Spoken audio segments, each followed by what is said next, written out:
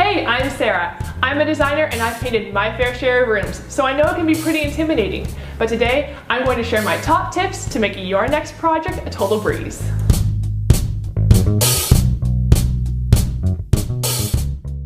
My good friend Laura has asked me to turn her boring beige condo into a truly spectacular space. I'm going to show her how a little bit of paint can go a long way, especially when you follow these easy steps. I've created a great inspiration board for this space, so it's time to get painting. I know that it's tempting to just start rolling paint on the walls, but if you don't prepare, it won't look professional. This means filling holes, sanding any imperfections, and of course cleaning all of your walls before you start painting. There's nothing worse than starting a project and then realizing that you forgot something and have to run back to the store. Do yourself a favor and make sure that you have everything that you need before a single drop of paint touches the wall. Some brands even sell foolproof kits that contain everything you'll need. Chances are you like your stuff and you're going to want to protect it. So cover it all up with drop cloths. I like using plastic sheets to cover furniture, but when it comes to floors, I like canvas drop cloths because they're non-slip and they absorb paint.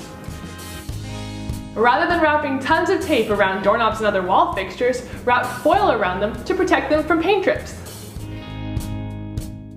If you don't have a steady hand, because like me, you drink way too much coffee, then you're going to have to tape off before you cut in with a brush. Press the edges of your tape down firmly with something like a stir stick. The friction will help create a better seal. And for a clean edge, it's best to remove the tape before the paint dries. My next tip is to practice safe dipping. Rather than messing up the rim of your can, wrap a rubber band around it and use that to remove excess paint from your paintbrush. If you need to take a break, that's cool, but don't let your paintbrushes dry out. Wrap them in a plastic bag and store them in your fridge.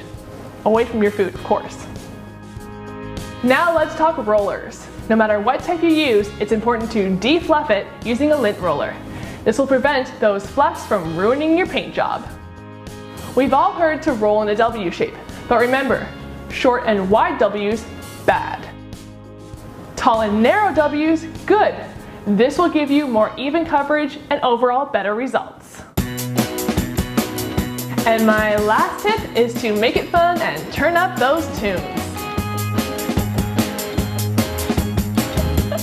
Hope these tips make your next paint job a little less painful.